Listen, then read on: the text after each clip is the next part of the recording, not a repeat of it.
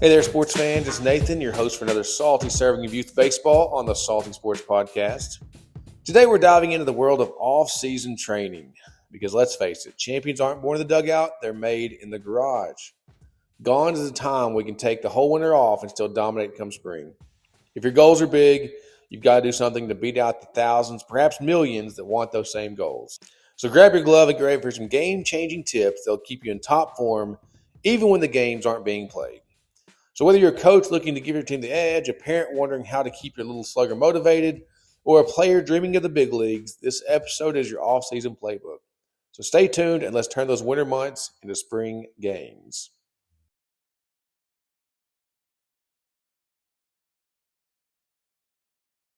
Before we get going, the big sports news today is Blake Snell signing with the world champion Dodgers. Big move for the Dodgers, and I think most of the league is giving this big sigh of, oh no, the champions are at it again. They're buying another championship. But let's put yourself in the Dodgers' shoes for a second. The second best team in the whole major leagues is in their own division, the San Diego Padres. Let's not forget the Padres are up 2-1 on the Dodgers this postseason. Really had them on the ropes, and that was the only matchup the Dodgers really had a hard time with. They rolled through the Mets, rolled through the Yankees. So I think it's safe to say the Padres are a formidable foe to the Dodgers. And their lineup is pretty stacked, pitching and hitting wise. They have a formidable lineup with the Padres. So if the Dodgers want to rest on who they think they're going to have next year and just keep on plugging with the same lineup, that's not going to work. They have to get better. One good thing about this move for the whole league is that now we get to see the other free agents fall in line. Usually it takes somebody signing someone, and then the dominoes start to fall. So at least we have that to look forward to. But make no mistake, Blake Snell is a huge pickup for the Dodgers. They're going to have a great pitching staff next year. Tyler Glasnow, Yamamoto, and Shohei Ohtani will be three of their guys, but Blake Snell is more accomplished than any of them.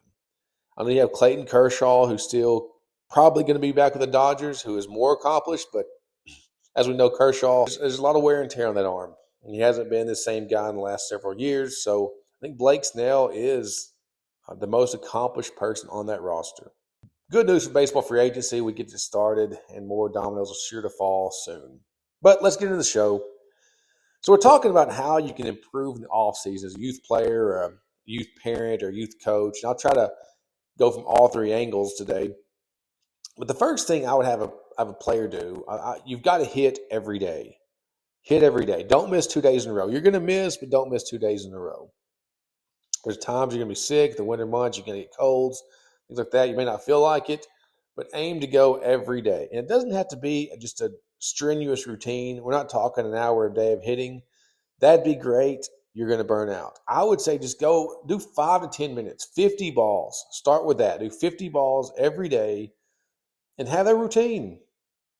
If you go 5 to 10 minutes, there's going to be some days you're like, man, I want to hit a lot more. So fine, hit a lot more.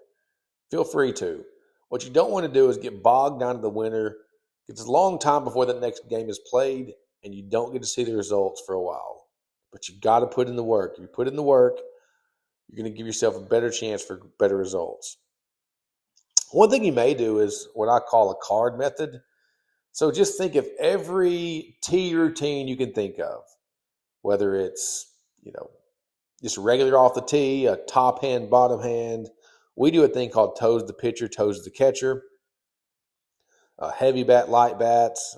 There's hook'ems. There's the Happy Gilmores. There's a ton of drills that you can do. But list all of them out, maybe 1 through 26. If you can find 26, you can play a little game. Every day, just think of a baseball player. Let's say Altuve. So I'm going to spell out the word Altuve, and those are the drills I'm going to do that day. Maybe I find 2 or 3 that I like, and those are going to be my regulars. I'm going to do, 5 minute or maybe 5 to 10 swings of just regular tee to warm up. Then I'm going to switch to this drill that I love. Then I'm going to switch to this drill that I love. And then I'm going to use the card method. I'm just going to go down the list maybe. I'm going to go through A, B, and C today, just 5 to 10 swings of each. And then tomorrow I'll do D, E, F. Then I'll do G, H, I, the next 3. You get what I'm saying. There's different ways to do it, but if you have a card method where you're making the drills more, I guess, sporadic, where you're not doing the same thing every day, it might add to the challenge and add to the spontaneity of the training. But I would hit every day. The second thing I would do, I would make a throwing plan. Some may suggest to take a break from throwing in the winter months, and that's good. You can do that. If you're a pitcher who's thrown 50, 60 innings in the spring, and then you also play a little fall ball, you may need to take a break. If you're 14 years old and you do not throw hard enough to make the high school team, you can't take a break. If you take a break, your career's over. So you may have a fear of injury, but there's also a fear of not being good enough. And you have to weigh those out, which ones you're more scared of. But you've got to increase velocity. Take a time to increase velocity. That goes for everybody. If you're going to throw, let's go hard. Let's try to focus on adding velocity. And I wish we didn't have to do this. I wish we could just say, hey, just work on development. But until the big guys stop paying for it, we can't stop training for it. Just the way of the world. They can say all the time there's this epidemic with arms, and there are a lot of arm injuries, but it doesn't stop them from signing guys who throw 100 and looking over guys who throw 85. So until they start looking at other guys, if those are your goals, that's the risk you have to take. But increase velocity, increase command. Definitely get a band routine, and there's a ton of them out there for free. Just get some J bands online. You should be able to get some for probably less than $40, maybe right at $40. It comes the routine you can do. You can also look up band exercises on YouTube. There will be a ton of videos on that. I'm a big fan of long toss. Start off about 5 to 10 steps apart. Throw 5 throws, then back up 5 steps, 5 more throws, back up 5 steps. You just keep going out as far as you can. And as you're going back, we're not throwing super hard. We're lobbing them and trying to get there. So you want to get as far as you can go where you're having to run up and crow hop and throw as far as you can to the other person. That's called the working out phase. And then you're going to do the pull down phase. On this one, what I do is every station you stopped at, we're going to do 3 throws where it doesn't get over your partner's head. So you're throwing super hard, low. It can bounce. Even a few times it can bounce. But we're just throwing as hard as we can. After we throw 3 throws, go in 5 steps, 3 more throws. In 5 steps, 3 more throws. Get to where you're about a pitching distance, and then start going through your wind up and just humming it to your partner. So I would get a throwing plan and work on adding velocity. The next thing I would do is find a wall ball routine. So what this is, get a tennis ball, maybe your glove, and I would just do some catching drills, just general catching drills. You can probably do these barehanded too. Just throw them off the wall, catch them. Do about 50 of them. Do them both hands. Even if you're a righty, catch with your right hand a few times. Then get a glove, the same thing, bounce off the wall, work on maybe some short hops or some backhands, whatever it is. But just do some general catching drills. And then once you get that, work on some position-specific drills. If you're a shortstop, you may get back from the wall, throw the ball up there, work on your footwork as you approach the ball and working through the ball as you throw to first base. If you're an outfielder, you may throw the ball up and work on a play at the home where you're coming up hard and where you're going to catch it, looking the ball in and getting a good crow hop in. And also, if you're a catcher, you can throw a ball up, work on receiving drills, work on blocking drills, work on your throwing mechanics. A lot of things you can do with a wall and a tennis ball. You may watch some major leaguers, see what they do, find a flaw in your game that you don't do very well, and then attack that flaw. That's what I would do for a wall routine. The fourth thing, increase strength. And I'll find an age-appropriate plan. I know I messed up with this when I was a kid. One thing I would do is, someone told me it would be great if I could just sit in a squat position for 5 minutes. So guess what I did? I could sit in a squat position for 5 minutes. Do you know what it did for me? Not a lot. Not a lot. I should have been working on more explosive stuff for baseball, maybe more rotational exercises. But regardless, find an age-appropriate plan. One advantage that the generation now has that we didn't have back when my generation grew up was the fact that we didn't have YouTube.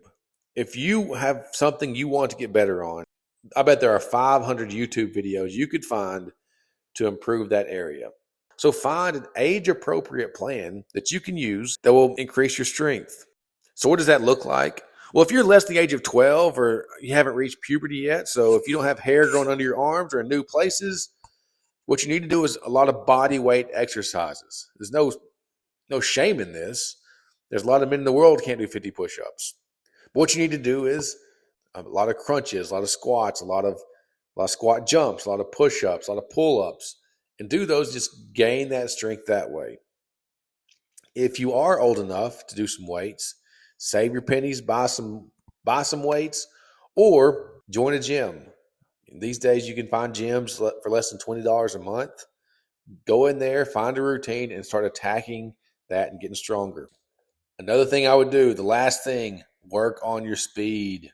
Speed translates to a lot of sports. I can almost guarantee you, well, I'll say 90% of the people listening to this aren't fast enough to reach their goals they want.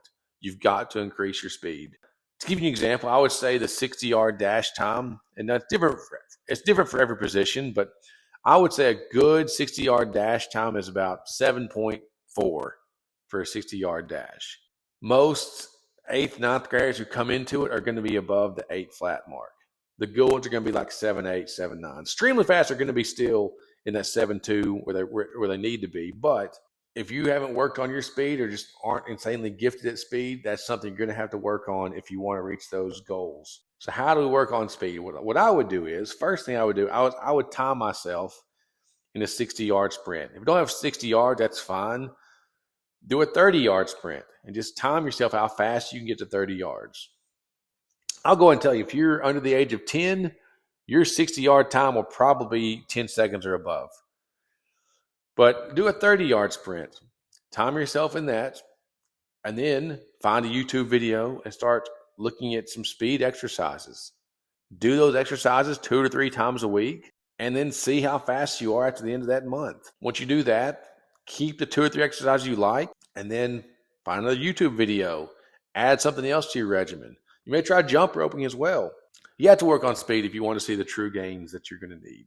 So just to review real quick, we had 5 things I mentioned. First off, hit every day, have a good throwing plan, have a good wall ball routine, and then increase your strength and your speed. So thanks for tuning in to this episode of Salty Sports Podcast. I hope these 5 off-season training tips help you and your young athletes stay sharp and ready for the next season. Remember, consistency is the key. Hit every day. Even if it's only for a few minutes, hit every day. If you enjoyed today's episode and want to keep the conversation going, be sure to follow us on social media. You can find us on YouTube at Salty Sports 501, where we share training videos and highlights. You can also connect with us on Facebook, TikTok, and Instagram at Salty Sports 501. Let's keep pushing young players to reach their full potential. Until next time, stay salty, friends.